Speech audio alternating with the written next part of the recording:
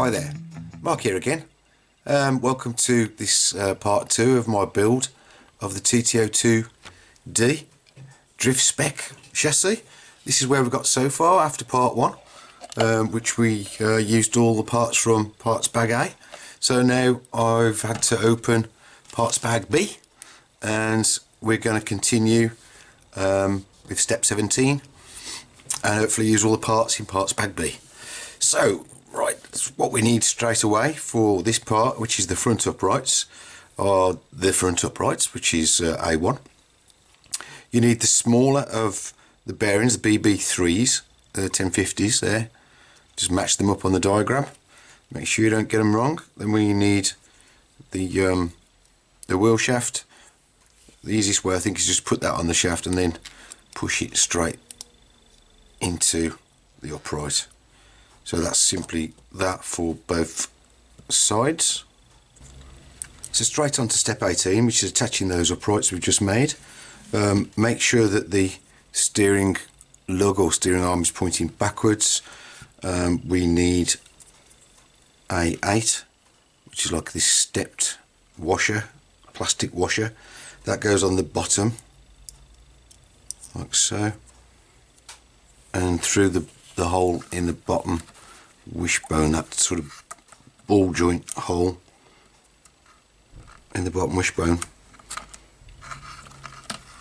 Okay, then we need to secure that with one of the hex-headed tapping screws with that A10 plastic washer on.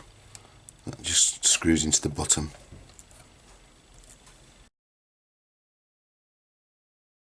Okay, so once that's in, we need to get our dog bone, fit that into place.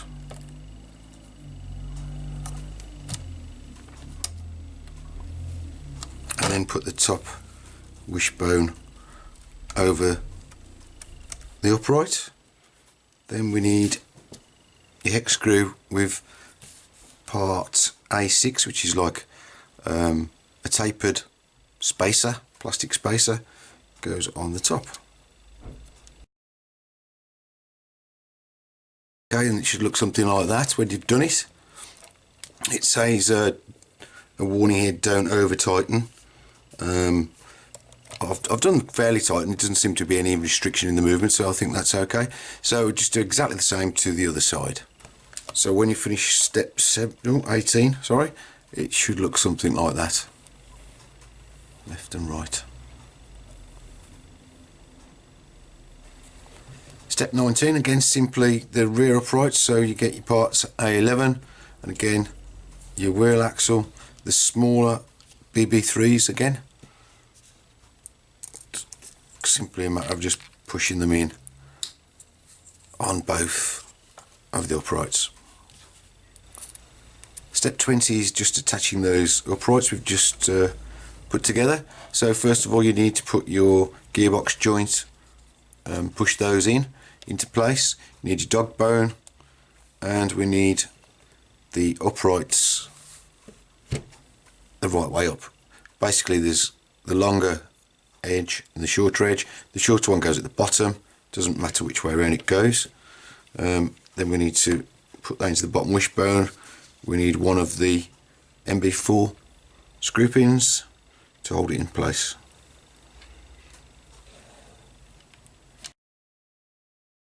Insert dog bone, don't forget that, because once you've done the top one up it won't go in without unscrewing it again.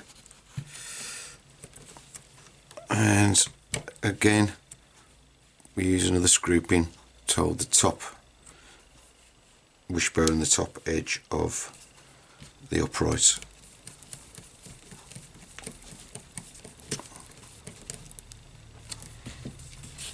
And again I'll just repeat the process on the other side. So at the end of step 20 it should look like this. Step 21 is simply fitting the MB6 5mm ball connectors. Just follow the diagram. They basically go in the top mount here and in the top holes of the lower wishbones. The same for the other end. You probably see the diagram does show to put them on the inside hole of the top there. I've put one on the outside because I generally like my shocks to be more upright. If it doesn't work too well, I can always move it back. So yeah, we'll see how that goes. On to step 22, which is building the shocks, or damper assembly should I say. Okay, so obviously you need to make up 4 shocks. I'll only show you doing the one because there's no point repeating it all over 4 times. But I will tell you what I found making up the other 3 which I've already done. I followed the instructions which say to use V10, which is, it's one of these pistons, this one here, with the 3 holes in it. So I assembled one of the shocks, put the oil in it, and as I squeezed it up and down, it didn't feel like it got any damping at all. So what I did was I made the next shock, and I didn't put any oil in it, assembled it like that, but with no oil, and it felt the same as the one with oil in it. So what I've done is I've gone back and I've used the smallest of those, which is the one with 1 hole, if you can see that. Okay, so that was part V8. Anyway, it's up to you how you do yours, but it didn't feel like it got any damping, so that's what I've done.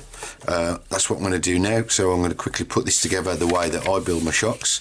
So I'm going to do step 22 and 23 there, which is just putting the oil in, and this is how I do it.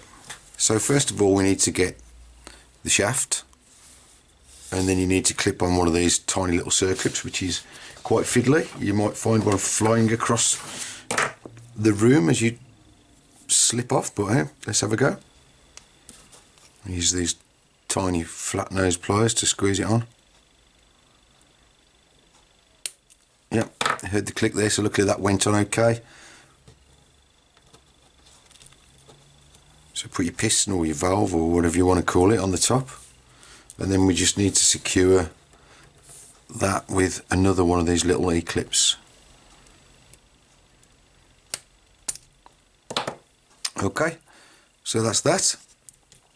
Then we need to get the 2 O-rings and put those in the bottom of the shock body. And what I like to do, it tells you on other Tamiya kits to do this, to put some shock oil on them, but weirdly in this kit it doesn't tell you to do that. But anyway, out of habit, that's what I'm going to do. So put the 2 in, lubricate them up with a bit of oil, and then screw the shock bottom on. What I'm going to do now is push the shaft into those O-rings so it seals the bottom up, and I fill up, you might have seen a video I've done on this, my shock oil with the piston out of the shock body. And what you'll find this does is reduces the amount of air bubbles that come up if you fill it up with the piston at the bottom of its stroke. So once you've got plenty of oil in there, just push it in.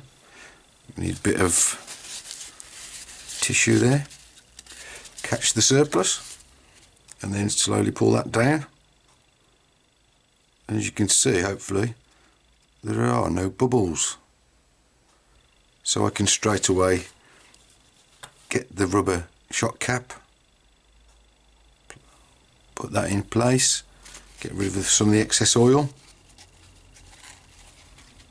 and screw the cap on. There is oil all over the place now, as you can see, but that doesn't matter. I think if anything it'll help seal it up.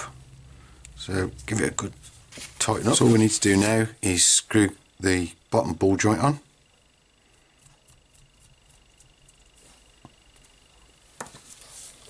Snip that up. Place the spring over, and then you've got the retaining clip or cap, and that's another shock finish. So okay, that's the end of the shock building. Step 24 is attaching the rear dampers. What you'll find is there's play in the spring once you build your damper. So I've just got, I think it's a V5 which just stops that play.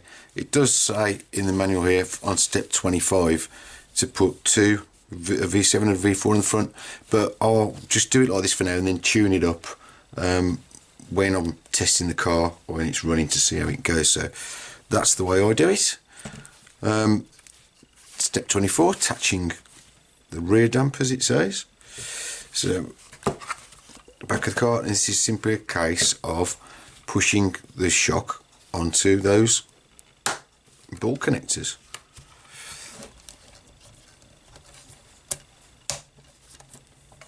Okay, so I'm going to do that, and 26, which is the same, just clipping them on to the front as well. So now it's starting to look more like a chassis, an RC car chassis. Now it's got the springs on, so yeah, you can see it moves freely up and down. Seems to be a little bit of damping there, a fair bit of damping, so I'm happy with that. And there's the rears, so that's looking good. Straight on to steps 27 and 28, which is the steering linkage and fitting the steering linkage to the tub, and that'll be the last steps in this part of the build, because after this we'll be opening parts pad C, and that'll be in the next video. Anyway, let's just get this part finished.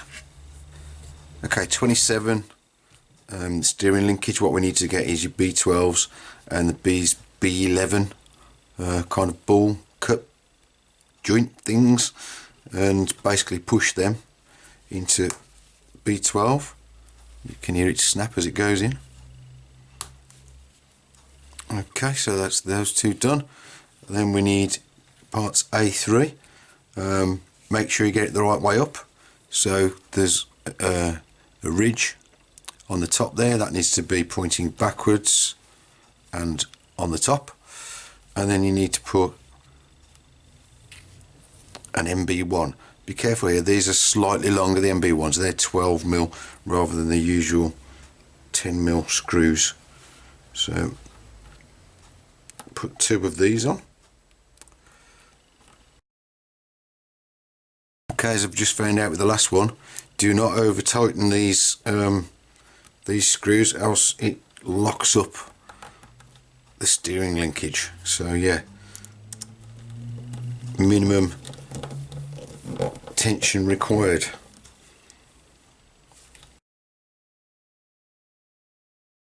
Okay, so it moves quite freely, but like I say, don't over tighten those. Now we need to fit these into the chassis. So basically they fit onto these two holes. You need the MB3 step screw, which is 18mm long. Basically goes like so, and then into that hole, remembering to put on one of the MB9 washers, which is just a standard 3mm washer, and then screw that to the chassis, and the same with the other side.